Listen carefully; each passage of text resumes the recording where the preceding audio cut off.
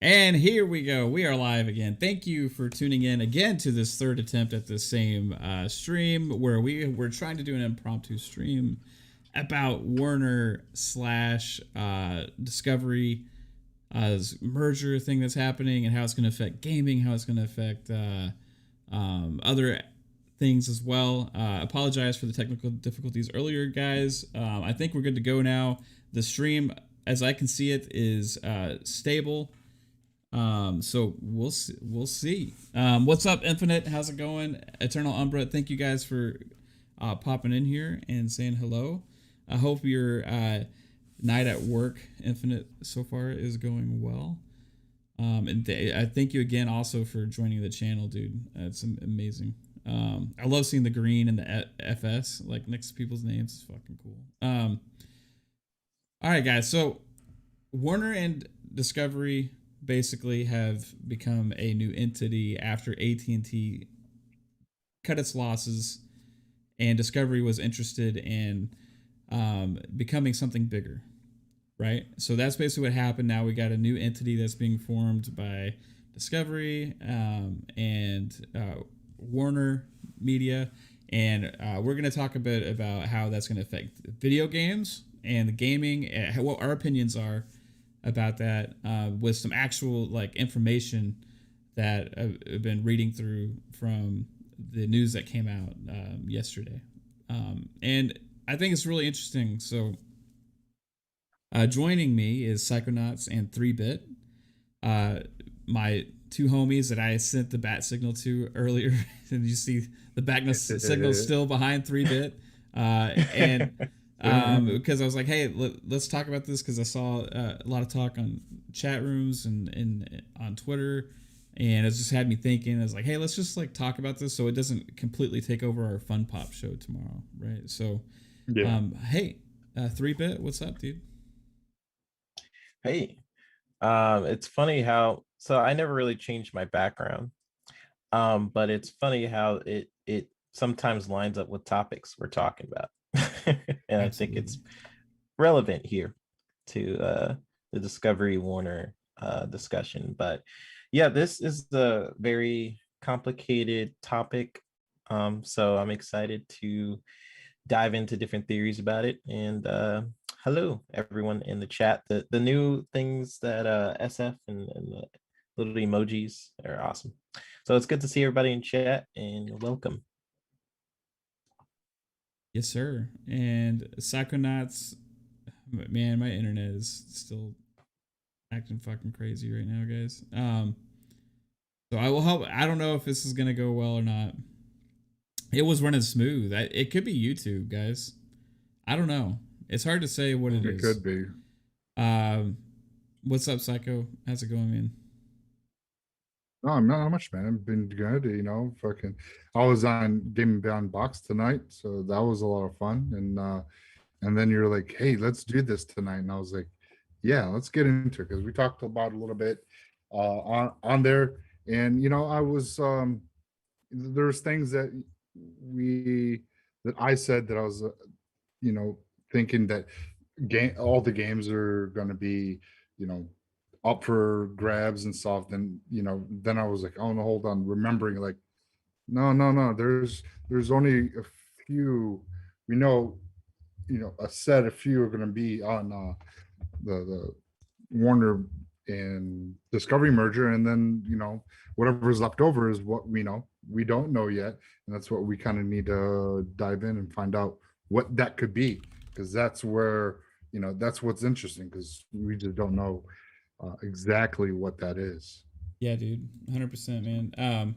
And so what I hear a lot, one of the things that's been like in my mind is because I keep hearing all this talk. Hey, Xbox should go get, you know, NetherRealm. Xbox should go get, like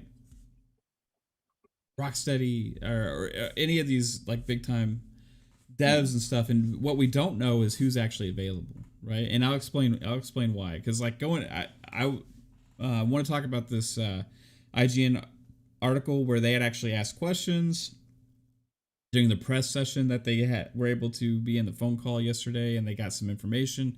And so there's some actual info here that can help give us some answers. And I got my own thoughts on it, and I'll see if you guys can chime in as well. So first off, okay, we have to remember this is not Discovery owning Warner. This is Discover and Warner, the portion that split off, becoming its own new thing, right? We don't know what that new thing is called yet. It's going to take some time.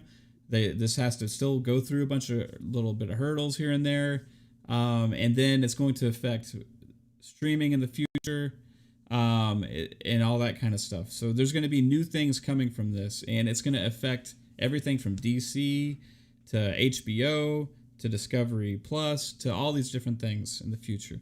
But it's also going to affect video games, because this new entity is now a video game publisher, right? Because they did acquire game development studios and all of that stuff from this merger. Now, we don't know which ones. That's the key. Okay. So going into this IGN article, it says, okay, DC Comics, ? Is it still part of Warner Brothers, which is part of Warner Media? DC Comics is now part of a new company, this new company that we're talking about, right? That is being run by Discovery's CEO and will combine. Now, Discovery's CEO is the CEO of this new company. Okay. That's why they're saying Discovery CEO. It's the CEO of this new company is the same person. Okay. Discovery CEO is the CEO of the new company, right? Old Discovery doesn't exist. Now is Discovery Warner, doesn't have a name yet. Okay. Yeah. And will combine Warner Media content with Discovery content. DC Comics is still under the Warner Brothers umbrella, but there is a new CEO in charge of everything. So they could potentially keep the name Warner Brothers. We don't know exactly what's all going to happen there, but DC is a big part of this deal. We know that. DC is now part of this new company. Okay. So, okay, what about Warner Brothers Interactive? Okay. Here's where IGN's question is really good, because they just said, hey, what about Warner Brothers Interactive? Warner Brothers Interactive is the gaming branch, right? It's the gaming branch from Warner Brothers. And they said this one is a little bit more confusing. Okay, AT&T told IGN that part of Warner Brothers Interactive Entertainment will be sold off. Now, this is what made headlines, okay? What made the headlines everywhere, Warner Brothers Interactive Entertainment being split up, will be sold off. Okay? That's what made all the headlines. All those headlines have turned into people speculating, hey, Xbox should buy this person, Xbox should buy this person, Xbox should buy this person, and everything. Okay? But the reason it's being split off is because this new company wanted some of it. Right? So what is left is still with AT&T, which was the stuff that they didn't want. That is the stuff that is being sold off. So AT&T told IGN that part of Warner Brothers Interactive Entertainment will be sold off, but not all. Warner Brothers Interactive Entertainment lists 11 different game studios. This includes everything from Warner Brothers games with a direct connection to DC to NetherRealm Studios, Mortal Kombat. Okay. Does this make Discovery the owner of a game publisher? Not really. It makes the new company owners of a game publisher. Discovery, as it was before, does not exist anymore. It is now Discovery Warner. It's a new entity, right? So what does that mean for my favorite games is the question. Go ahead, 3-Bit. Can I butt in just for a second? First off, you're explaining it very well. Like, I feel like I now understand the whole deal. Right. just from you explaining it. In terms of like that, when you're saying like, yes, it's a new company, I can see that, but also because it's still the same CEO, I would just treat it as if it was still Discovery, right? Because Discovery is the head of the new whatever it is. But there's a reason for that, right? Because you can't. AT&T's CEO is not coming along.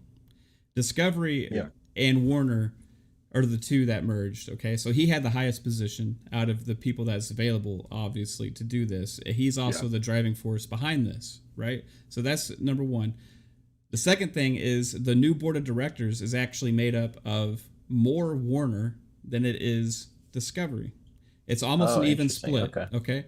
So the new board of directors is former AT&T executives, Warner executives, and former Discovery executives, now forming the board of directors for this new company. Also, here's another factor: the shareholders are also former AT&T and former Discovery shareholders, who 79% of those shareholders are former AT&T shareholders, or not former. They're still AT&T shareholders, but they're also now shareholders of this new company. And Warner is like 29%. Or sorry, not Warner. Discovery is like 29% of the shareholders. Now it's not the basis of that question comes from Warner Brothers making bad decisions. Yes. That's why I was asking, because I wanted to know if this new board was willing to try things differently. Well, it'll now be I know 100% yes, because the new board is made up of, it's, even though it's former executives from both, it's gonna be with a completely different mindset. Like where AT&T is a telecommunications company, right? And their driving force, and they were trying to dip their toe in entertainment. They failed. Right, they made a bad investment. They tried, right, and there was right? the reason why the Snyder Cut came out, right? Well, it was AT&T more so than Warner Brothers, because Warner Brothers didn't want to do it, and I'm pretty sure it was AT&T that was the driving force that made it happen. Am I correct on that? I don't know who was the driving force, but ultimately financially, it was an obvious thing for them to do, I think, because they had demand for it. I thought I read that somewhere. Okay. Right. So anyway, you may be right. I don't know whose decision it was to finally greenlight that thing. I just know that now the Discovery CEO, who is going to be the CEO of this new company, is going to be the guy that is driving the decisions as well as the board of directors, right? And that's going to be a new thing, which we don't know exactly how it's going to be. CMBR spitting some stuff. Right. Yeah, he said boards are ostensibly in control of companies, but in practice, the management teams of companies are much more impactful to results. That's true. So it depends on who's actually in charge of everything. So here, getting back to the gaming real quick, though. This next question was, what does that mean for my favorite games? Now, here's where this is something that a lot of people have been missing, because this is a direct answer to IGN from this question, okay? There's a good chance that a lot of these will continue, especially if they bleed into Warner Brothers' top IP, okay? Now, this new company, Discovery Warner, wanted specific things out of this. They invested $43 billion into this to acquire things for this new company, okay? So there's a good chance that a lot of those will continue, especially if they bleed into Warner Brothers' top IP. What is Warner Brothers' top IP? That's DC. That's Mortal Kombat. It's things like that, okay? Other studios might not work on games with one-to-one ties to Warner Media IP. For example, TT Games, Traveler Tale Games, works mostly on Lego games. Warner Media doesn't have close ties with Lego, right? So Warner owns the DC, and they own Mortal Kombat. They don't own Lego, right? So they're less interested in maybe bringing that company along for the ride, right? They're less interested in bringing that company. TT Games may be one of the companies left with AT&T, right?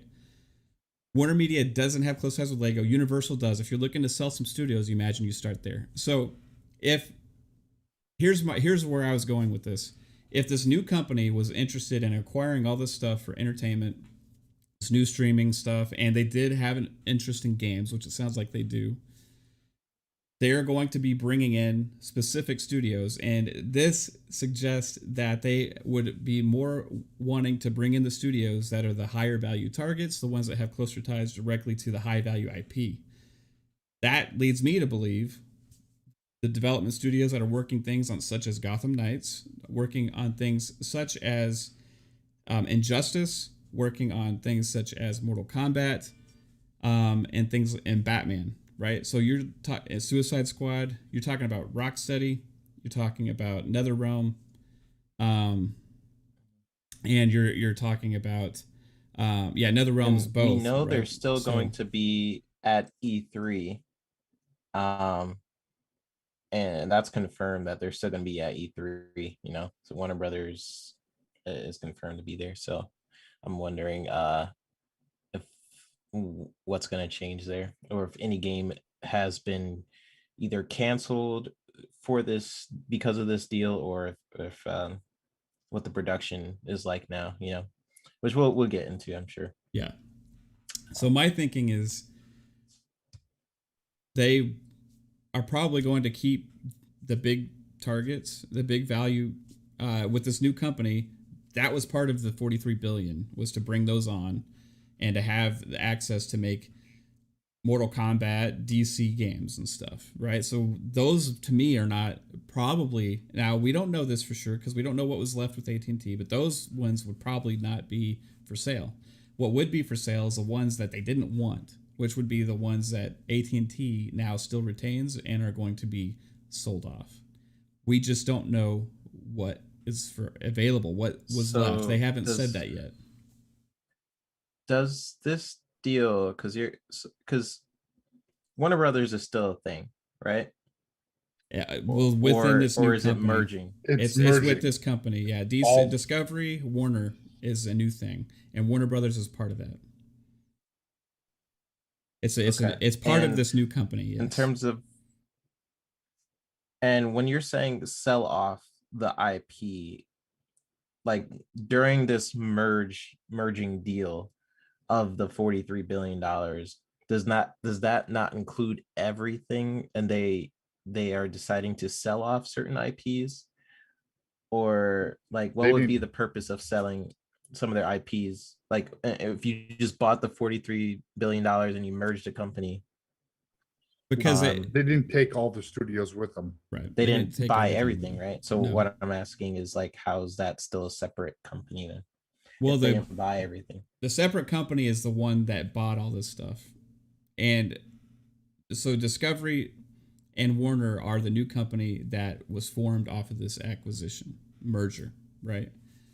And they have to get value for what they're investing, right? Like, so it depends on what they wanted as part of this deal and what was worth it for them to bring on to be a part of this new company. Some things may not, to me, let's say I'm going to a store and I got $70, I'm going to go shopping for the most value I can get out of that $70, right? So does that store still exist? The store does, because let's say the store is AT&T, and they had things that basically they either couldn't afford or they didn't want, right? So this new company may have not wanted everything that AT&T had, and maybe AT&T still doesn't. So are those things sold off to someone completely different outside of those? Now they will be, because it's leftover like stock. A Microsoft. Okay, that's what my question. Okay, so that's let's what say I was saying, that those are the companies that we want to know, or we want to find out. Yeah. Think of it like this. Okay. To me, this is my easiest way to think about it. I have a going out of business sale. Okay. I have, let's say that AT&T owned a store that was like a one-off store, and it was like a toy store or whatever. Okay. Now they got to get rid of this stuff. Okay. Now you have an investor that comes in. Hey, we are interested in buying this store, but we want to take a portion of it and form a new store, combining it with our store, right? So they come in, they invest, and they work out a deal. We're going to buy everything, but we can't afford that, or we're not interested in that like small portion over there because that stuff sucks. We don't want it. It's not good investment for us, right? Yeah. So it's like they got like the good stuff, everything they wanted, and then there's like this portion there that's like left over, right? That now AT&T that owns this empty toy store has this like the crap toys left, and us now, as the consumers, can we walk in and be like, "Ooh, I want that." And now toy. Microsoft's got to look through that stuff and see, is there anything worth it for me to bring in here, right? And so does Sony, so does everybody else. Is there anything left that's ripe for the picking? Now, what we don't know right now is what out of the games companies, out of the gaming division, what did they take with them, and what's left over?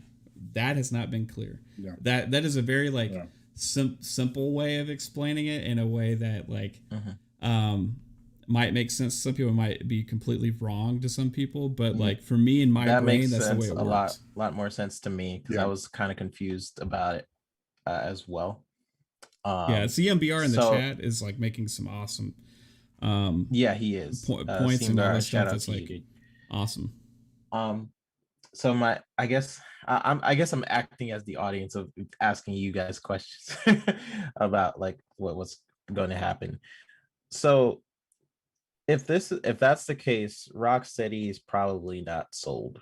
Probably Rocksteady to me, probably not. If you were to go, if you're to make this new company, I want the best stuff. And to me, like Rocksteady is the best stuff. Rocksteady and these and like whoever's making Gotham Knights right now and what is promoted, like when you see these articles and there may be like a public release statement, what is, I guess, the statement they keep referring to? Is it the movies? Is it the games? Like, because Warner Bros. Is pretty big.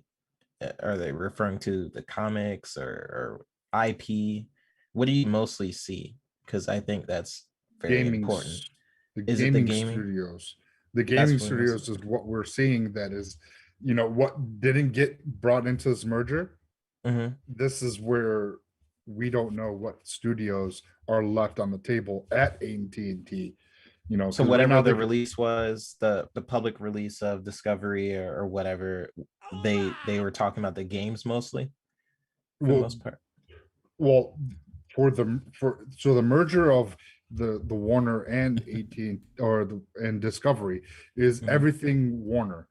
The games, Warner Brother Games, this is where they only picked and choose what they wanted. Everything like so. Movie, so all that media is they kept because Discovery, they can work with that media. Games is not so much, so they wanted to keep. Okay, if we're going to keep studios?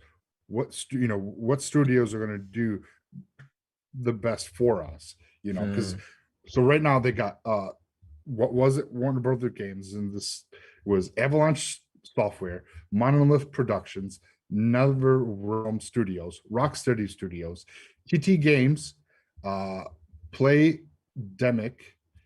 Travel Tales, TT Animations, TT Fusion, TT Games Publishing, TT Odyssey, Warner Brother Games Boston, Montreal, New York, San Diego, San Francisco. So let's take the exclusivity out of this then, because I don't think that's going to happen.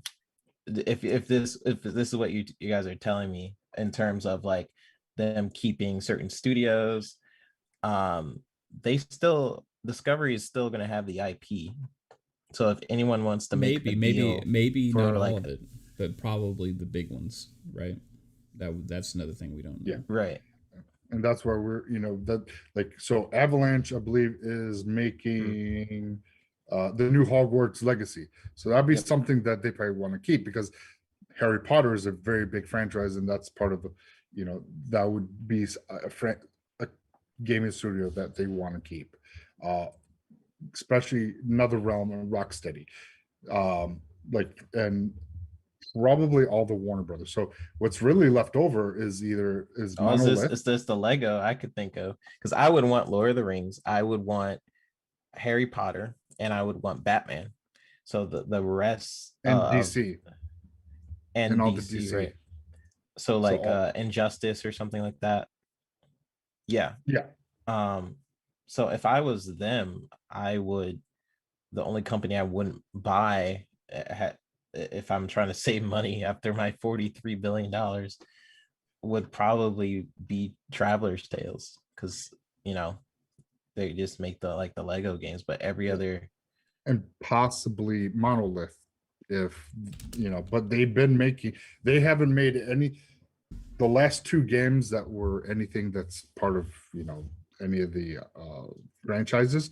They made the last two Middle Earths, There Okay. that, but before that, it really it was Fear, Condemned. So that's what, Matrix Online. So that they're possibly maybe keeping the IPs and getting rid of the studio and having the other studios work on those IPs, Hmm.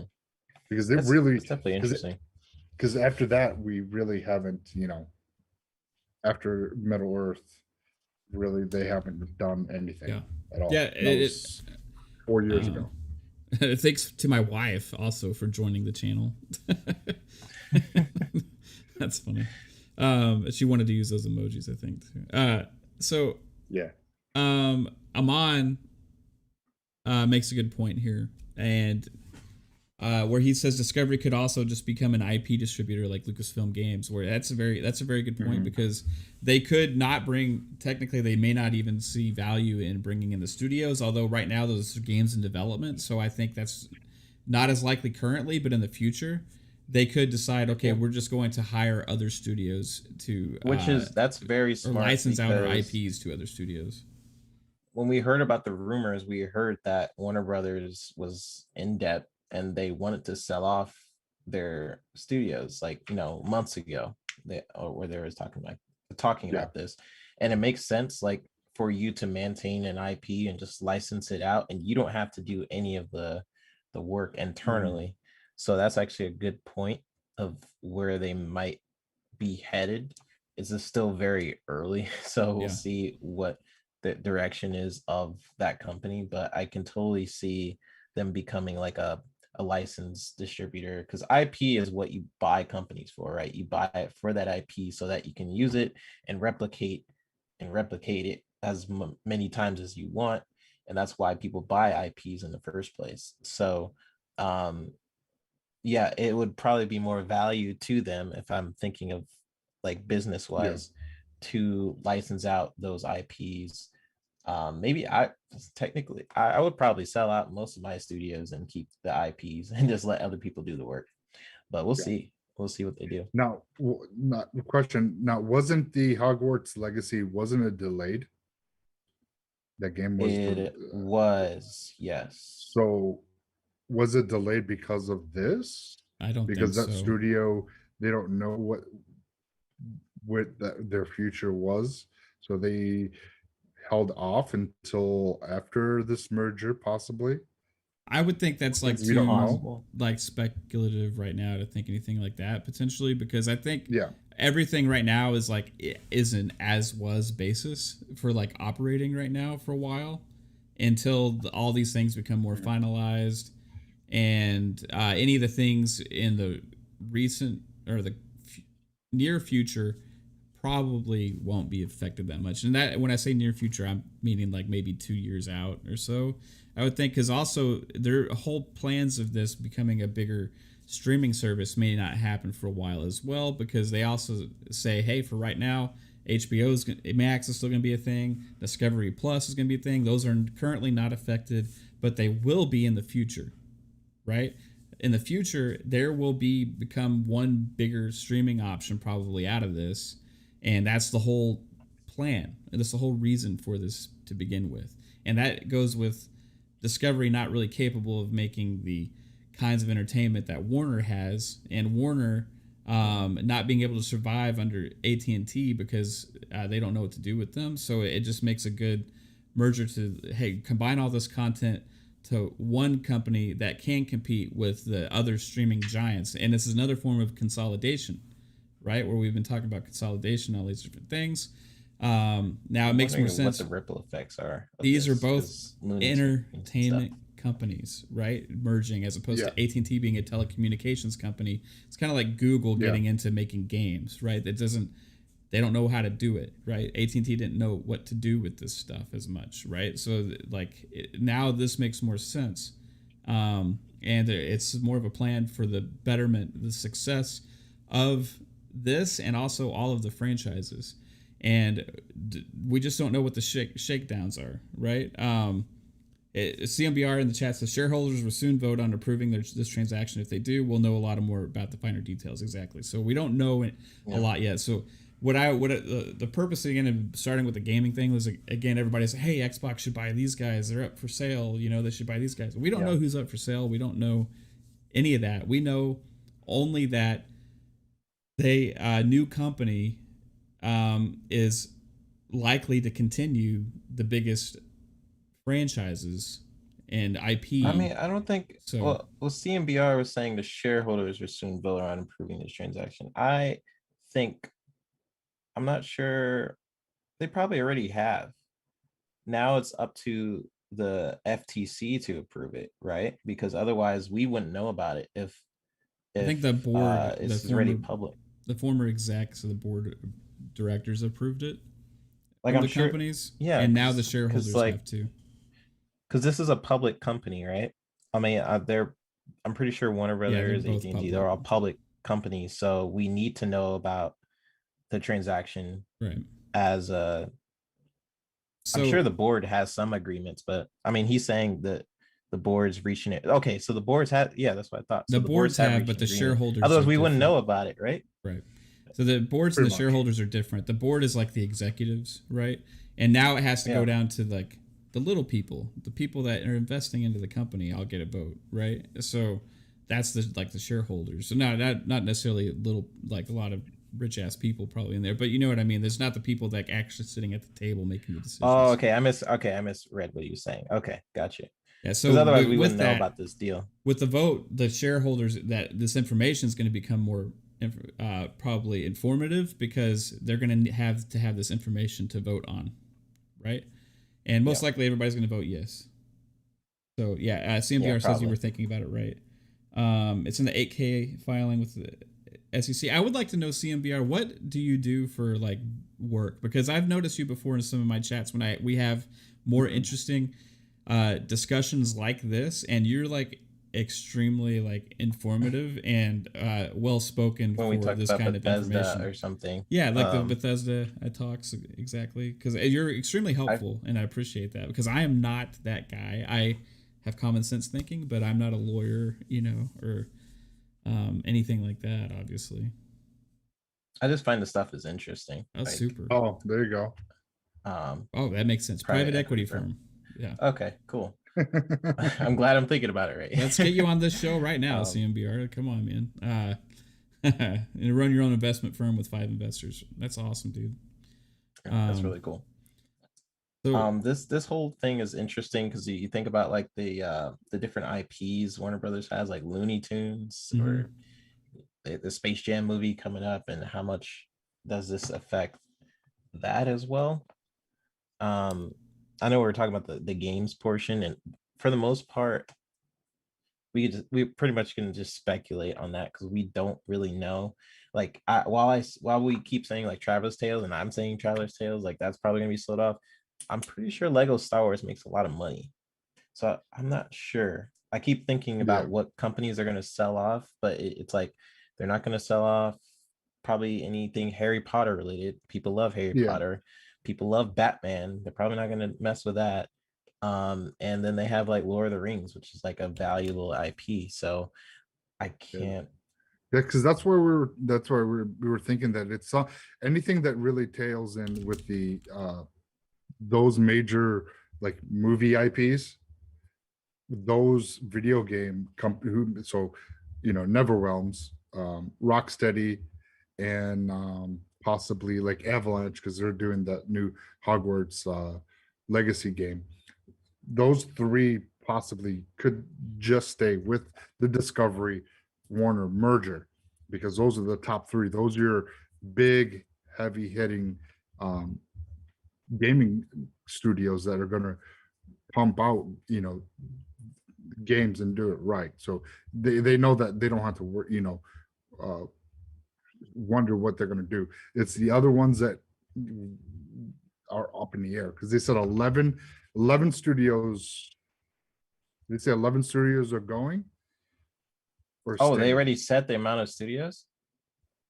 No. Yeah, I believe that's the amount of studios they have. They haven't said the amount of studios that are going. Okay, that's 11 they're studios. They're just saying what makes up Warner Brothers Interactive Entertainment Amazon right now. And that's made up of 11 studios. Okay.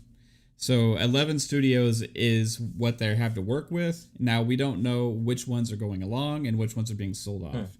So let's say that just for whatever reason, just let's say that they're keeping 6 of them with the new company, and then AT&T is retaining 5.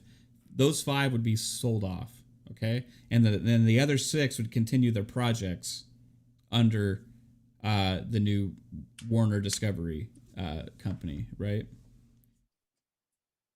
All right.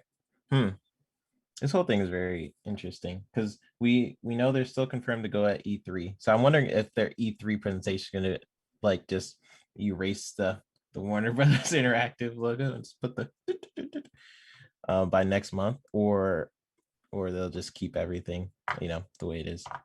I'm wondering if they're still going to be at E3 and which games they're going to be potentially canceled, and also what the workplace environment is probably like right now. Everybody's afraid of their jobs as a developer, their jobs potentially coming or going. Definitely find out, I guess. I think Jasper said Lord of the Rings game was canceled. No, it was not canceled. Which Lord of the Rings game is in production right now? Gollum.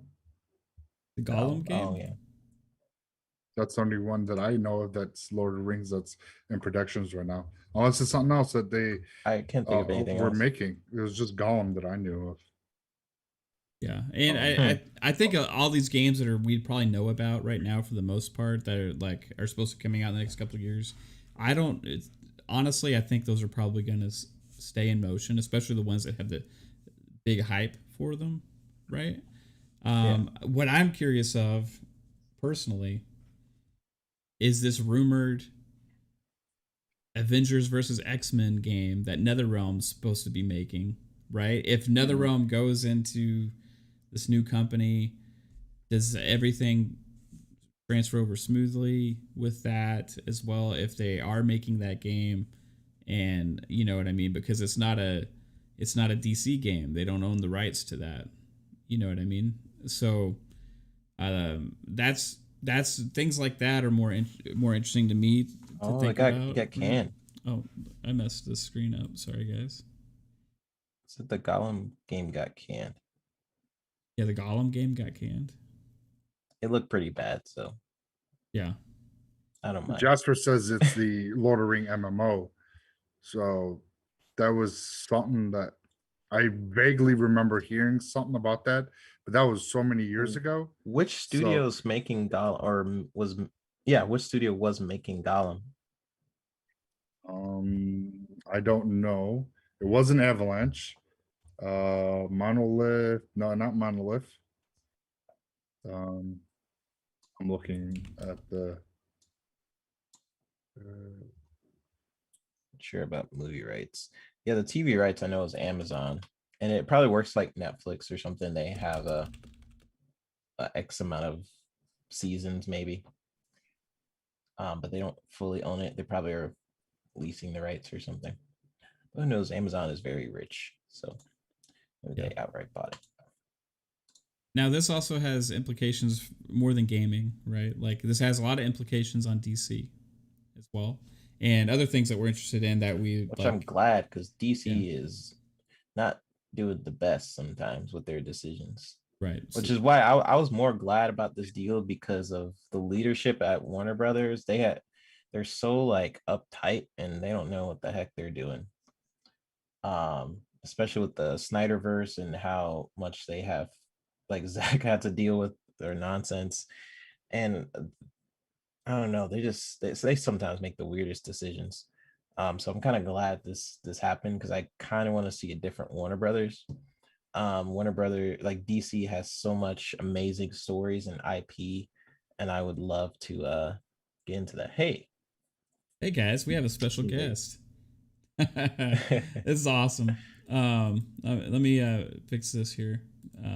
Get you on camera. Now, I sent a little DM to CMBR, who actually already know who that was. It's a gentleman who also does stuff for ConstantGamer.com, right? With Zimmy Games. Ray, Okay. how's it going, dude? Let's see if you Oh, get your he's mic. Hi muted. guys. Hey, Hey, thanks buddy. for pulling me on so quick. Big fan. Thank you. Great to be here. So thank you so much. Yeah, man. I've seen you on Twitter, and we've interacted before on Twitter. I've liked some of your stuff, and it's cool. I've noticed you in the chat sometimes, especially when we're talking about stuff like this, and it's like, man, this guy is like smart. Like he knows his stuff. I can tell you know your stuff way more than I do, and I'm sitting here trying to talk about it. So it's like, hey, why not like send you the DM and just see if you're available? And so thanks for coming on here, dude. Real quick, just so people in the chat know a little bit about you, just tell us a little bit about what your background is. Yeah. So I work for a private equity firm. Live up in the Midwest. So grew up here. Lived in Dallas for a little bit. Oh, cool, man. I'm in Dallas. And then transitioned back up to Minneapolis, where my employer is based. Started my own investment company with a couple of guys I went to college with, and then some of the people I met down when I lived in Dallas. And just love investing. Like that's one of my big passions. And so I've sort of followed the industry of investments and grew up as a video gamer. And so I've just sort of combined those two passions where I write for the Constant Gamer from sort of a business perspective, just thinking about these companies right as they operate as businesses. I just find that interesting. And I think a lot of times people sort of want these companies to be their friends and not act as companies. So I just find that People look at it from a fan's interesting. perspective rather than business perspective sometimes. Yeah. It's definitely a thing. Well, it's good having you, man. I always see you in chat too. I think the first time I saw you was on our Fun Pop. I forgot what we were talking about. I think we were talking about Bethesda for maybe a second. And Yeah, that rings a bell.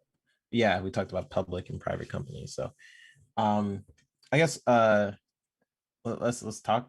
let's see what you got for the let's talk about the public companies and stuff and what this potentially means. The annoying part here is we have a very cursory sort of amount of information that has been released, right? So both companies have released what are known as 8Ks to the Securities and Exchange Commission, right? You have to file a material change in company event. I forget the exact name of the 8K form, but every company will file these reports with the Securities and Exchange Commission when there is something that has been unplanned that has materially affected their business, right? So both companies have filed these reports, but they're very basic in what they're describing. So particular to video games, and like you guys are speculating, they haven't really detailed what that means for WB Interactive yet. We don't know what the full plan for those assets are. I've read both companies, Discovery and AT&T's 8Ks with the SEC and their press releases. It sounds like, for the most part, all of the WB Interactive assets are going to go into this new reverse Morris Trust company, right? That's going to be jointly owned by AT&T and Discovery shareholders. Mm-hmm. That doesn't cover off everything, though, because we have had media reports where executives have reached out to or have been reached out to by members from the media and have given comments that sort of contradict that 100% transfer of assets. I would attribute that to potentially some of the contracts might have caveats on them that make that sort of an expensive transition.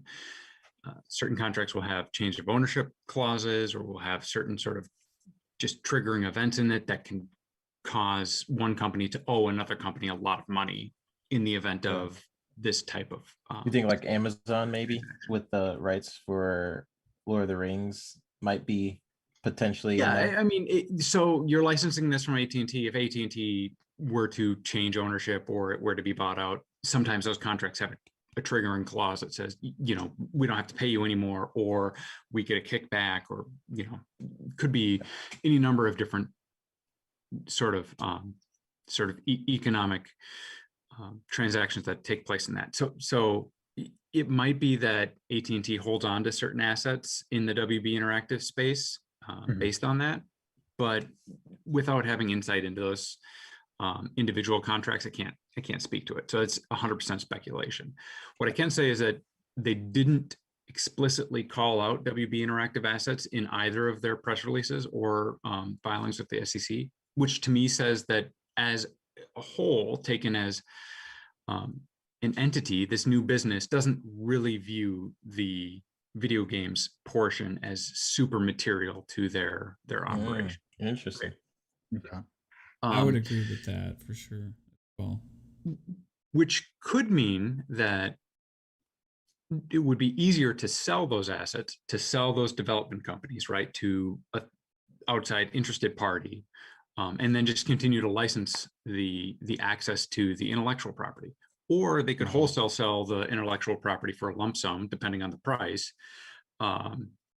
for video games or an interactive media. But the problem is you get really into these convoluted contract situations. Like you can look at Spider-Man, where Sony owns, I believe they own the movie rights to Spider-Man, but they don't own the video game rights. But because they own the movie rights, it's much easier for them to license the video game. So it becomes really complicated, and it doesn't need to be disclosed publicly to the investors because it's not deemed quote unquote material to the results of the company. In accounting, because I'm also a certified public accountant, we have a threshold test for whether or not information needs to be disclosed publicly. And companies will often try to keep as much information as they can below that threshold so they don't have to disclose sort of their business operations to the public. And you think, as a shareholder, at least personally, I think, it's kind of a bummer. I don't like that. But when you look at it from a competition standpoint, you're also disclosing not just to your owners, but to every one of your competitors, your business plans and your thought processes and the profitability of your business lines, right? And so, and now, is this before or after you can this happen during the purchase, that they can sign these clauses? Like when, I guess, would they have to sign that clause? Can they sign it before they even sign the deal, before the, when are they able to sign these clauses? Do you know? Yeah, so a contract can be entered into at any time. From a legal perspective, there are, and I'm not a lawyer, so this is not legal advice. I think there's and I'm blanking on it. I could look it up, but there are a certain criteria set. I think it's 4 things to make a legal contract. But the big thing is it hinges on sort of you need an economic incentive to enter into the contract, right? So there has to be an exchange of value, right? That's what a contract is sort of predicated on. There's an offer, there's an acceptance. I'm pretty sure there's something else, but there's what's called consideration. So in a contract, the consideration is often, I will pay you, $200 million to license the right to Batman for 1 year. That's the consideration.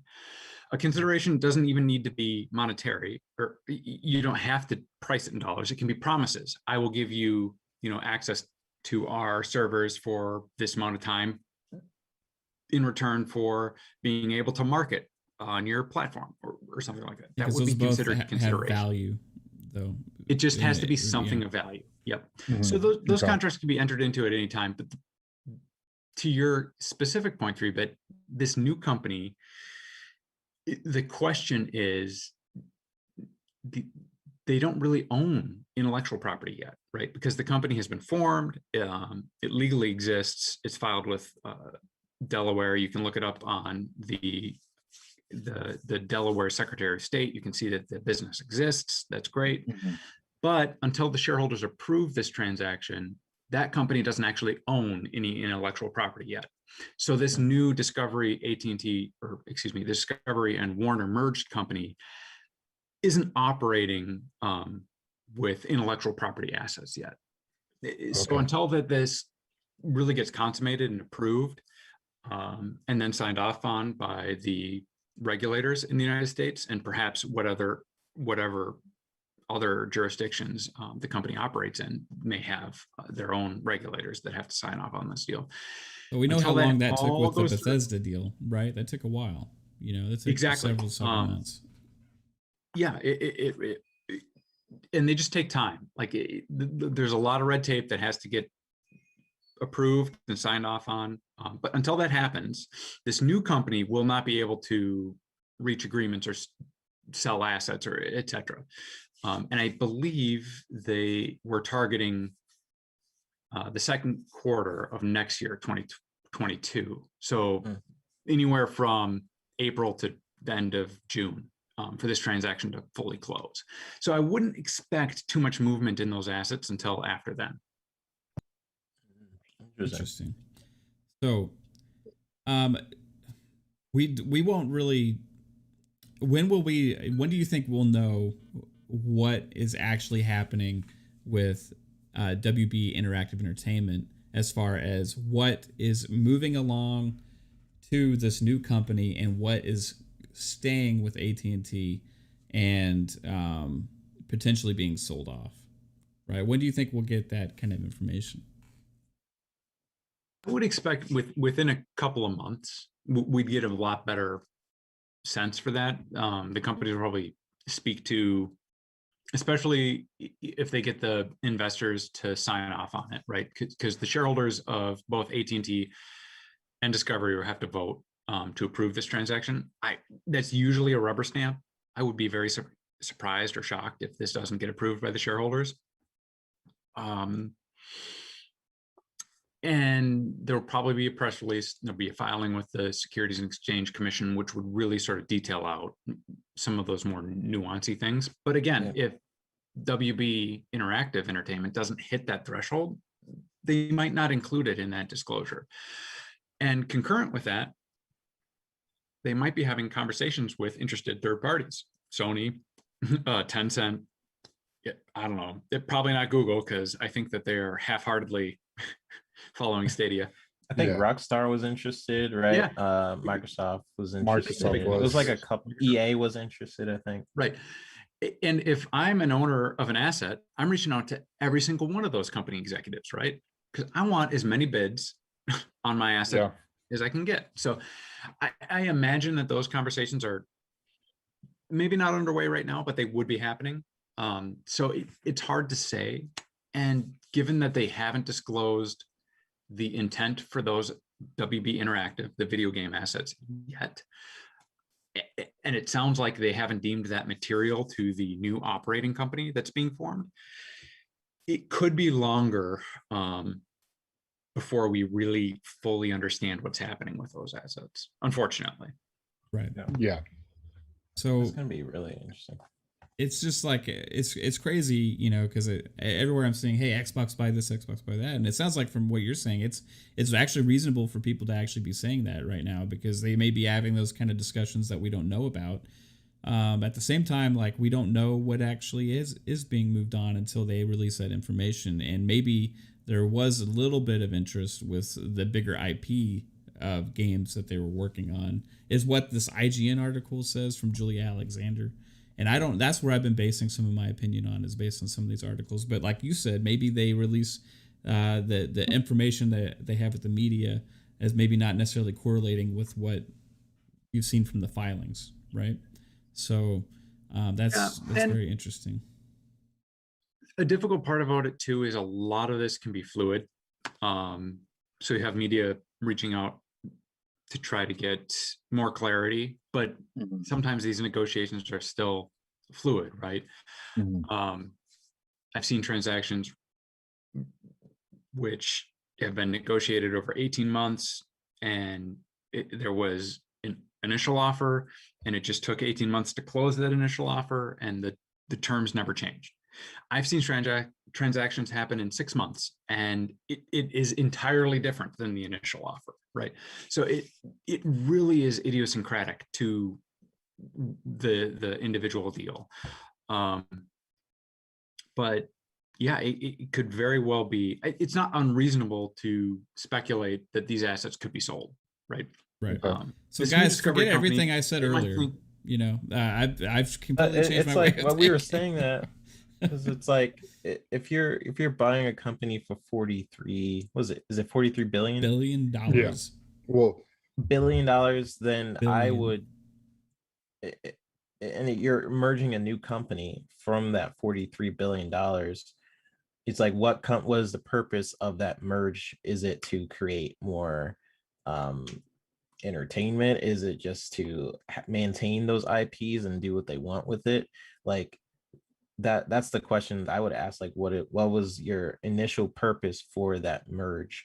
And if it was to maintain the IPs, then I don't know if they would want to sell off some like to other companies, or maybe you're licensing those out, like what he was saying, like maybe So you here's what I was buy that thinking, three studio bit. so you can license it out. I think the Yeah. ones that move over to the new company wouldn't be sold. I would say what's left over with AT&T would be sold, right? Yeah. The new Right, company because like would be acquiring things not to sell them, but as an investment for the future. Whereas maybe the things that wasn't part of this deal, AT&T has left over and they got to get rid of. That was my thinking, right? I don't know yeah. if what you think about that, Ray. If I'm on track or am I completely off base there? No, you're not off base, and it's just hard to say, right? Yeah. Again, these two companies are going to try to release as much or as little information as possible to also get their shareholders on board with believing it's a positive transaction for the owners of the company. I also think that there's often a misconception that quote unquote shareholders are individual humans. Oftentimes they're large corporations. You can look at some of the 13F filings. The largest shareholders of American corporations are BlackRock, which is a large mutual fund, or excuse me, exchange traded fund, or yeah, they mostly do ETFs. They have some small mutual funds. They're an asset management company. So they pool other investors' money. Usually they run retirement accounts for other individuals. So this company buys shares on behalf of their customers. They're one of the largest asset managers in the world. And they almost always vote in favor of whatever the board approves, right? So that's one of the big ones. AMR Corp, so Fidelity Investments, they're another huge asset manager that votes almost in lockstep with board recommendations. And then, you can look at any other broker. So if you have a brokerage account through TD Ameritrade, or you have a brokerage account with Interactive Brokers, or Charles Schwab, name a broker. Those companies actually own those shares in their name with a legal obligation to assign the rights of ownership to you as their client. Ergo, when a vote like this comes up for a sale of assets or a merger of companies, those brokerage firms are the names on the individual share certificates. And those companies are the ones who are actually primarily voting in those shareholder votes, right? So you'll probably get an email. Sometimes it hits your spam filter. It says, hey, vote your proxy, quote unquote. Yep. Voting by proxy means that, say I had an account at TD Ameritrade. I would tell TD Ameritrade, as your client who holds the beneficial economic rights for to you, your right? assets, I want you to vote in this manner. TD Ameritrade will do that. The vast majority of individuals who have accounts with their brokers never respond to those emails. Ergo, those brokers vote pretty much just to approve whatever the board of directors says. So I would be absolutely shocked if this vote doesn't go through to merge these two companies. That said, those two companies are giving the minimum amount of information possible, so that they're not giving a heads up to their competition about what their plans are and what they're going to do to get this approved. And because most of their shares are owned by these large institutions that pool money on behalf of their customers, all they really need to do is convince, a handful of people that this is beneficial. And I think that they've probably done that in this case. It looks like a good merger, in my opinion. And as Sure. someone who doesn't own shares in either of these two companies, if I did, I probably would vote in affirmation to consummate this merger. That said, you never really know what is going to happen with all of the assets post hoc, right? After the consummation of the transaction. I think it would probably be beneficial for them to keep the intellectual property. I would be surprised if Warner Brothers sold the rights in perpetuity to any one of their assets. I think that they would just try to do licensing deals because, and this is maybe a too big of a detour, but recurring revenue. So if you can sign someone up to pay you every month on a recurring basis, a set number of dollars, say $10 for 12 months, right? Or they could pay you $100 today, which is worth more to you? Well, you get 120 over a year, but it takes 12 months to get all of that money. Maybe I just take the $100. That's sort of, I feel like, people's intuition. That's the gut feeling, right? Yep. But 100% of the time in finance and in investing, you will see that recurring revenue, that monthly subscription, be valued way more than that point of sale, that $100 one time. Why? Yeah. Because especially if you can create a recurring stream where next year you're still offering a product and they're still paying you, you discount all of that future cash flow to today, and you see it's worth way more than $100 in your pocket. This is why these companies really value subscription services exactly. more so than like the traditional deal. Yeah. So I would be surprised if WB didn't try to do that sort of thing and just continue to license out this intellectual property that they have. That said, again, I'm not sure, because they haven't disclosed this and there have been conflicting media reports, all of the assets that are going into this new company as per the video game business, which is unfortunate. And I feel for the employees at this company, because it's never fun to go through a change of management or a change of ownership. While you're working there. That's what I was thinking, nobody knows people working what the future of their job is right now, right? Especially at these game companies. Like, I would think people at NetherRealm or Rocksteady know that they'll probably be okay, because either they're going to move along or they're going to be with another large company, I would assume, right? But still, like, it's just up in the air, up for grabs, and you don't really know what's going on. Yeah.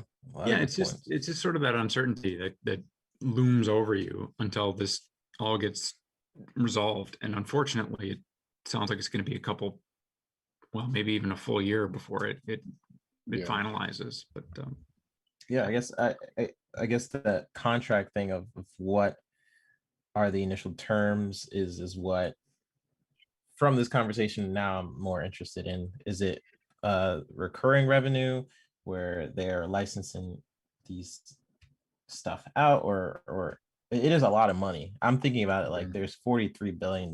That's like ridiculous. It's going to be approved by a lot of people. There's going to be a lot of eyes on this deal right after you approve the shareholders and the board members. Is already pretty much approved. So now the shareholders, the different trade commissions probably have to look at this, and then then it's approved by the government. I'm pretty sure that's how it's probably going to happen. So I really do wonder what are the terms of that $43 billion on how they're going to release everything. I know they're different. They're a whole new company now. And we, based on the IGN article and the stuff that we do know, what we can tell you guys, it seems, is that they are buying not everything. So we're just curious on which companies or which studios that they're not going to buy, and what happens to those, and what companies are interested. And it seems like based on what he's saying, that during the conversations of the negotiations, that different companies like Microsoft can reach out during Right. these phases, like Sony and Microsoft, and that could potentially add more value to the overall proposition of the deal. So that's going to be very interesting. It makes sense that why we're hearing these things, that how about studios being bought and with possibly having keeping the IPs and licensing them out, because that will generate more revenue for that new merger. So if they're going to go that route, that would be in their best interest. Instead of getting into the gaming industry, we got these intellectual properties. Here you go, license them out, and then they get money for it, and just do things like that instead of keeping gaming studios, and going that route. So I mean, that kind of makes sense why we're hearing things like And Boogeyman made a great point, which I didn't even think about too. Like most of the games that we've seen, like Gotham Knights, Hogwarts, they're all pushed to next year anyways. Yeah. And so that's what I said earlier. It was because of Hogwarts Legacy. Was it pushed back because something was coming because of this deal? This, because that's why they did it, because they want to make sure that everything was everything settles before they can finish the project or whatever the case is. So I mean, it makes sense like why we're hearing things of studios possibly being bought up. And then what Ray said, great point, like keeping intellectual properties and having them licensed out to other studios to keep that revenue coming in. That's scary though for me, and, for one reason. One reason is if they are not interested in the studios, but only interested in the IPs, right? Because they can make, let's say, like, oh, they'll just license out the games to other companies and stuff.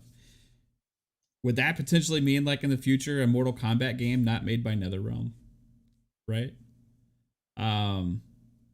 Well, that would just be insane, like, it's possible. Yeah, but I think stuff like NetherRealm's making Mortal Kombat, that is more a NetherRealm game.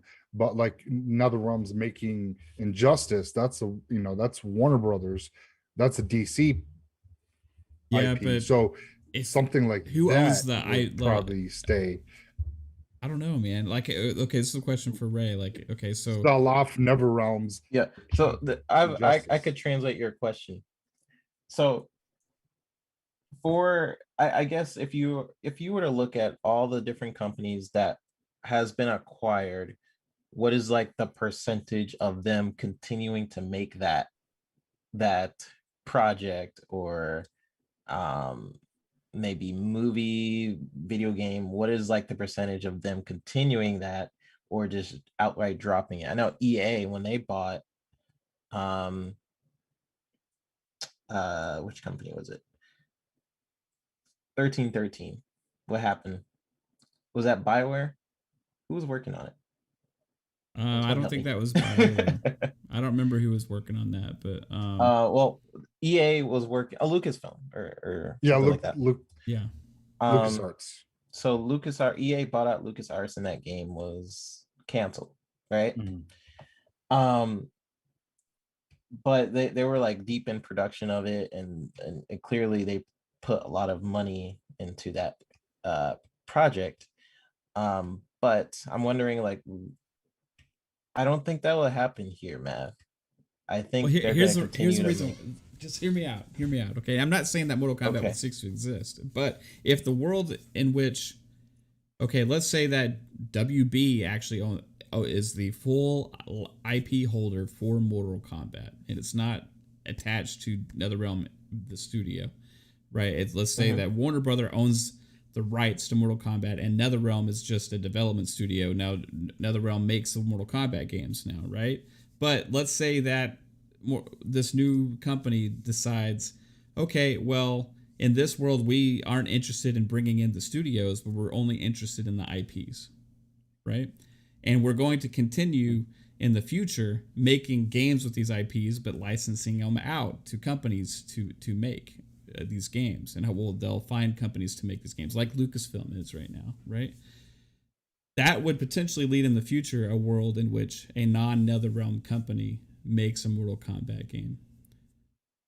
That would be insane. But I don't know if Mortal Kombat is attached to NetherRealm, right? That's the thing. Yeah, that's a question for Ray. I don't know how that works, right? Man, you're 100% right. So in the United States, corporations, so if you incorporate a company, those are considered legal persons, right? Right. In the eyes of the law, right? So they can have civil suits brought against them. So you can have a tort against a company.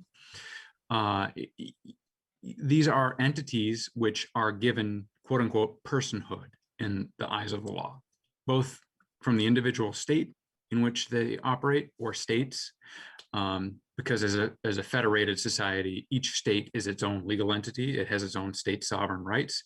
And then as a federal entity, right? So it's a long-winded way of saying it's a very fine distinction. NetherRealm could own the IP for Mortal Kombat, right?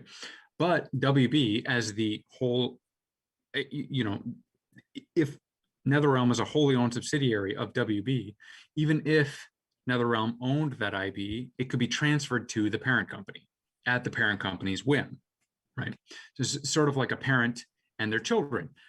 Your children can own assets, but legally it's the parents, right? So any money that a child owns before they turn 18 is legally the parent's money. It's similar with corporations and their subsidiaries. There are legal distinctions. I don't know all of them. I'm, again, not a lawyer, so this isn't legal advice, but ultimately you could separate the IP from any one of your owned subsidiaries. I doubt that'll happen in this case. To 3-Bit's point, yeah, I think what happened was LucasArts was sort of the production company. They actually did programming. They were a developer of video games. And they disbanded. And then when Disney purchased the company, they shut down LucasArts and just started licensing their IP. From a bean counter perspective, from someone from an accounting background or a finance perspective, that sounds super attractive. We bear none of the cost. We get a fixed fee plus potential upside. If we have write that into the contract, we get a cut of the profits. Wonderful, great. But then you can look at the results of that, and for a decade, EA owned the license to Star Wars and had 2 crappy games that they published, and it was just a crap show of both economically for Disney as a parent company and just as a video gamer. Like, as somebody who plays and loves video games, it sucked that license was sold exclusively to a company that just didn't really seem to care about it. So I worry about that same sort of situation happening with this WB merger. I think that that's sort of the natural way that MBA types or the finance guys are going to look at this. They're not going to look at the video games from the perspective of people who actually play video games. I've seen that a lot, especially with my interactions with colleagues in the industry, right? It's just a mismatch of understanding. You're looking at it from a financing point of view. Yeah, my exactly. whole thing was, though, a lot of the IPs that Warner Brothers has, like Lord of the Rings, Harry Potter, Mortal Kombat, these are big sort of IPs. So that's why it's harder for me, Mav, and Psycho, I guess, to predict which ones what they want to not have internally, if that makes sense. Because it does. Yep. And again, when I look at a company, when I'm thinking about investing, right? Because I run, my parent company runs billions of dollars, but for my own little personal piddly company, we were with like we were about $100,000 together, right? But we actively own stocks. We actively invest in certain names. One of the biggest discussions after, is this a market we want to be in, right? So like, if we're looking at technology stocks, do we want to own Intel, NVIDIA, AMD, is this a space we want to be in? the next biggest question is who's running this company? What's their track record? What is the management of this firm? And how do they think about the spaces in which they compete? So I can't really speak to Discovery. I haven't looked into their history that much. I haven't read a lot of Yeah, I their have no idea. annual reports or quarterly reports, or I haven't listened to their investor calls, which I would do if I were investing in a company. But that would be the question I would have is it's what has been their track record and how have they sort of spoke about their other assets and how have they financed and sort of leveraged those in the past. Hey, real quick, That's a guys, good point. shout out to Snakewood, dude. Thank you for joining the speculators. Thanks for joining the channel. I added 3 emojis just now. I don't know if they're available yet. I don't know if it can happen in the middle of the stream or not. But hey, Dan, thanks for the support, man. I appreciate it. We'll see if those emojis are in there. They're there. the meat almond. Go ahead, Psycho. So I just read right now. So back in 2009, Midway Games filed Chapter 11. That's who was making Mortal Kombat games. So they filed Chapter 11, and Warner Brothers subsequently acquired substantially all the assets, including Mortal Kombat. So Warner Brother owns Mortal Kombat. Yeah. That's also, they make the movie, like that's right. They're making the movie. They own the rights to Mortal Kombat, so we could live in a world potentially where NetherRealm is. Hopefully they keep that together, right? That would be for the best of everybody. That's one thing I was alluding to. Like, okay, if you're this new company and you do see a value in gaming, right? You do see a value in gaming with this company. If I were them, I would retain the things that have most to do with the IP that you're bringing in, right? That would be DC, Mortal Kombat, and for them to protect potentially Mortal Kombat, it may make sense for them to also bring in NetherRealm because they may be afraid that nobody else could actually make a Mortal Kombat game and make it be Mortal Kombat, right? Maybe nobody else can make Injustice, right? Now, that's if they're interested in gaming. If they're not interested in gaming, which because they didn't allude to it in their actual filings, which Ray was saying about, maybe that right now the speak is just trying to keep people positive, right? Like with the media is kind of what he was talking about. Yeah. If they're not actually interested in gaming, that's when Microsoft or Sony or, like I said, Tencent or some of those may come in and actually bring and acquire all of those as well. And then in turn, Warner Media, Discovery, new entity at that point would maybe license to Xbox or Sony or whatever the rights to make a Mortal Kombat game, whereas then Xbox potentially would own NetherRealm, right? I don't know. Maybe that's just my way of thinking on this, but it seems like that's Mortal Kombat has probably gone through the most IP changes I can think of. Yeah, it's gone through the ringer.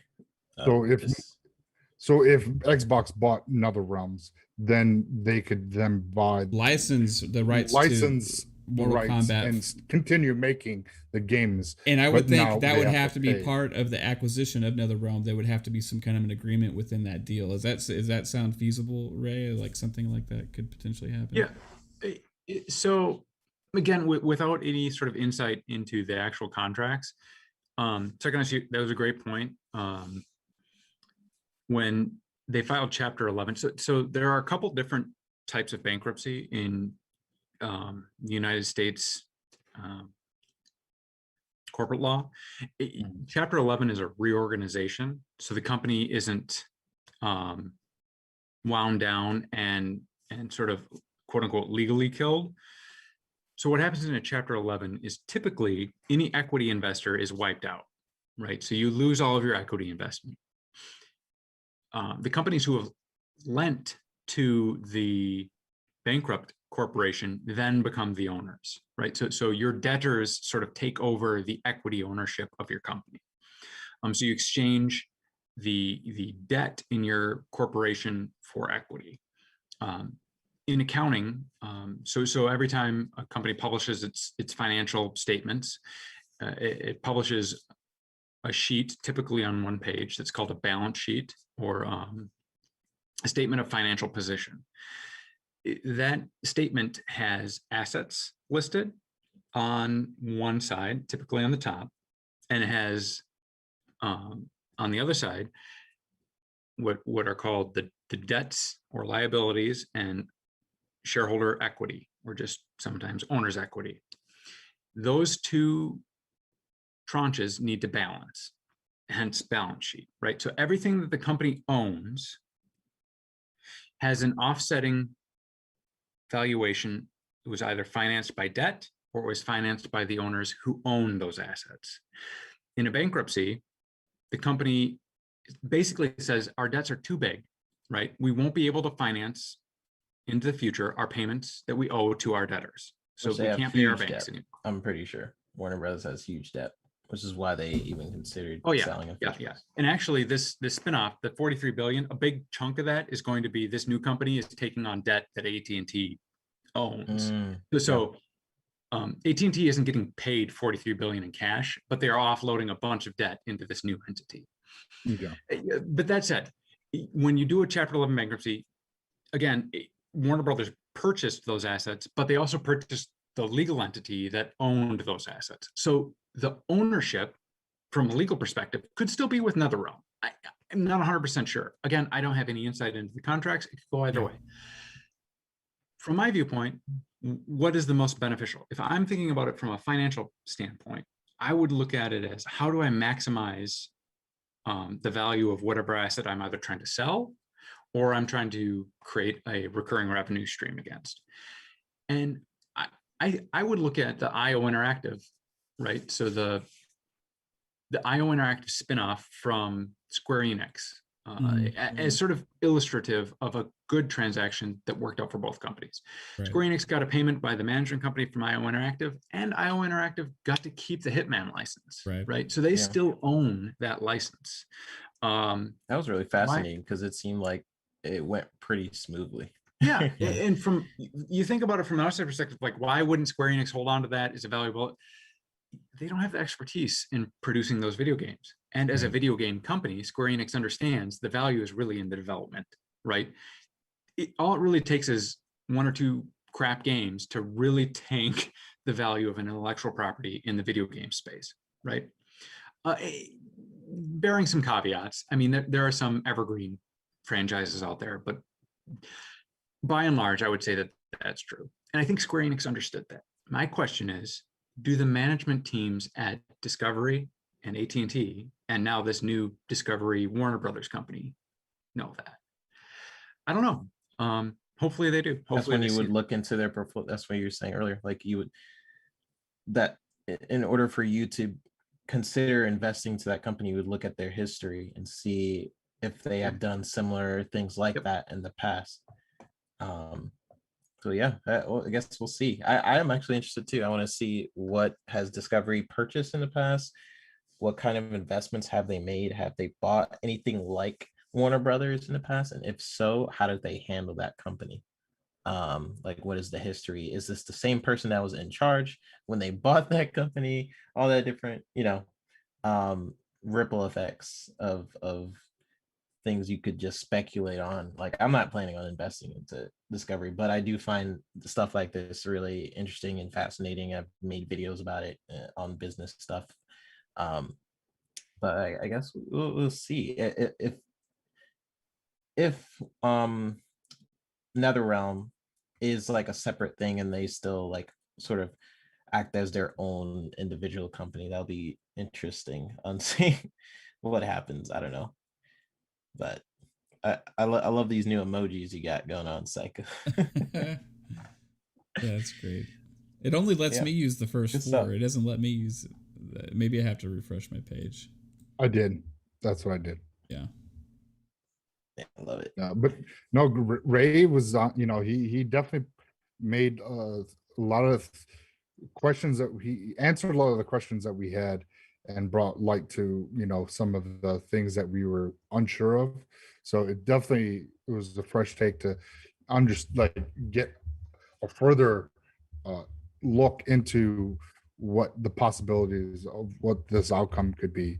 So we definitely might not hear anything for 6 months to, you know, a year and a half, maybe 2 years. We just don't know yet until, you know, everything finalizes and where they want to move with these projects. You know, possibly we'll maybe next year we'll find out, you know, if they're going to keep IPs and studios or just sell off all the studios and keep only the IPs. You know, who we just don't know yet. Yeah. So, Stevie, do you have any like lasting thoughts that maybe we haven't discussed that we were thinking about before you hopped in here, or any of that before we close out? It's been awesome having you on. You gave a new insight to things that me, Matt, and Psycho probably wasn't even thinking about. Oh no, I saw him. I mean, I've seen, like I said, dude, I've seen you in the chats before, and it's just like it hits me like, man, this. First off, you could tell you know what you're talking about, and secondly, very well put whenever you're saying the stuff, and everything you say makes sense and seems completely legitimate. You know what I mean? So I saw as just said, hey, let's just see if you're available. So thanks for coming on. But yeah, do you have anything else? Yeah, you know, that was awesome. Well, one, I would say, like, Psycho 3-bit, man, like, thank you guys, one, for inviting me on. Yeah. Two, for producing the content you do. It's a lot of fun. Like I work a lot of long hours for my day job, and then I work a lot of long hours for my little investment company. And sometimes just having you guys on in the background and just listening in, it's really fun to hear those conversations and hear you guys thinking through these things. So one, thank you for doing that. And then next, thank you for reaching out and having me on tonight. That was very fun. Oh, dude, I'll if you're willing to come on in the future with us, man, I definitely would love. Yeah. When we have something like this to discuss, it's not like this is not my world, right? I don't live in this world. I live in like the speculation town, fun. You know, like let's just like talk about all the fun stuff. But when it comes down to this business stuff, it's like a lot of us that are speculating, talking on Twitter and stuff. You know, we don't actually know what's possible, what's not possible, what's actually being done behind the scenes, and somebody that has your expertise is extremely valuable. So in the future, try to make very educated guesses. Yeah, if you're if available in the future when we have a discussion that is involving business or acquisitions or something, I would absolutely love to have you on either Fun Pop or Xbox Ultimate at some point. You know. And or maybe just an impromptu thing like this, because I didn't want this to dominate the show tomorrow night, right? So thank you again, but yeah, dude. Yeah. Anytime. Like, love talking business, love talking investments, mergers and acquisitions, finance, accounting. I mean, I kind of geek out about this stuff. It's my two big passions in life, is investing in video games. So Nice. yeah, I would love to. I very much appreciate that. A very generous offer. So anytime, just hit me up, and if I'm available, I'd love to jump on. So appreciate it. Yeah, man. Last Awesome. thoughts. I would just say, you know, I think that I would just temper some expectations for what will be the outcome.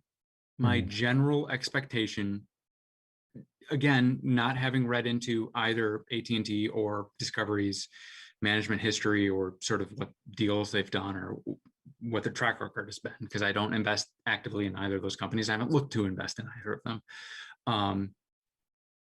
My expectation would be that they would take sort of the Disney approach, where we would hold all the intellectual property, we'd shut down any sort of cost centers, which development studios are huge cost centers, right? And they're very lumpy cash flows, right? So it's very inconsistent. It's hard to value. It's hard to get a consistent month-on-month revenue stream from a development studio, unless you're like EA and you're pumping out all those microtransactions, et cetera, et cetera. Yeah. But I would expect that the CFAs and the MBAs and sort of, you know, the accountants at those companies are probably going to look at these assets and think, well, let's just shut down the development studios and license out this stuff and try to get money into our company, which would be, I think, the worst of all timelines, right? As the potential outcome. But I would put the highest probability on that outcome. That said, I'm caveating it with maybe these executives who are going to be running or managing the day-to-day business of this new merged company from Discovery really understand the media assets and sort of the differentiation between what is a TV, over the air asset, what is a movie asset, and sort of what's a video game asset. We could have some very savvy people running this new company who really understand the value, could keep it in-house, and could develop some great games, or they could get a great price for it, and send out a special dividend to their shareholders when they sell the asset in a lump sum. So it's hard to say, but my sort of expectation would be that they would take that Disney route to shut down the development studios and license out the intellectual property, which I think would be very simple. I would love to see, like, I think any future speculation from us would probably be what have they done in the past and how that can influence their decisions to who they are now. So yeah, great talk. And hey, tell everybody while you're here where they can find you, social media and all that. Yeah, I haven't been for a little bit. It's been an extremely busy 4 months at my my day-to-day job. So I haven't written for the site very much, but I'm going to be taking a deep dive into many companies' financials that have recently come out for the first quarter and sort of the fiscal year end at constantgamer.com. So you'll find my byline, Ray Oppenheimer, at constantgamer.com. And then I'm on Twitter just at CMBR_Ray. Yeah, so thank you guys. Again, this is so much fun. Like, I love talking business investing stuff. Yeah, man. I can't even, it's so appreciative that you guys gave me the call. Thank you. Well, I feel like you saved us. Yeah. I thank you. Awesome Thank you so much on, for coming in here, man. It's honestly been our pleasure to have you, and we'll definitely send out the bat signal again in the future. Hey, Psycho. Hey, where can everybody find you, bro? Yeah. You can find me everywhere at Psychonauts 8, and you can find me on I have a YouTube channel called Gamer Chat Podcast. Gamer Chat's one word. Fun Pop tomorrow, 10:30 p.m. Eastern, and Xbox Ultimate 9 o'clock Eastern, and you can find me there with the Magnificent Seven. So, Man. 3-bit, where they can find you, buddy? First off, great having you, CMBR. Is it CMBR? Yeah. Yep. Dude, Yep. It's been awesome having you. Yeah. I'm trying to imagine what the show would have been like, or what topics we would have probably talked about, just us three. But you definitely took it in a direction where it got us all thinking about a bunch of different possibilities. So it was awesome having you on. You guys could find me on the Twitter at the VGHD is my Twitter handle. My YouTube is the Video Games HD. I'm on Xbox Ultimate every Friday. On Thursdays, I'm on Fun Pop at nighttime at 10, and then in the morning I'm on Xbox Factor with Mr. Boomstick XL. He's fantastic. And I am also a producer on Noobs and Pros, or Masters. What is it? Psycho players of everything. Masters of everything. Players of everything. Players of everything. Masters of none. Yeah. Or I just call it Noobs and Pros, even though they might fight me about it later. So it's been awesome having you guys. You guys have had awesome different comments in the chat about different companies and different possibilities. Like Jasper just said, like Discovery had a game studio that they had last year, or 2019. So a lot of awesome chats, and it's been cool jumping on. So take it away, man. Right on, guys. And hey, keep checking us out on Fun Speculation here on YouTube, on Twitter, Fun Speculation. Tomorrow night, we're going to have a lot of fun talking about other DC stuff. Just a bunch of DC stuff was announced like yesterday, I think, or today. I don't even remember. New shows and a little bit today, yesterday.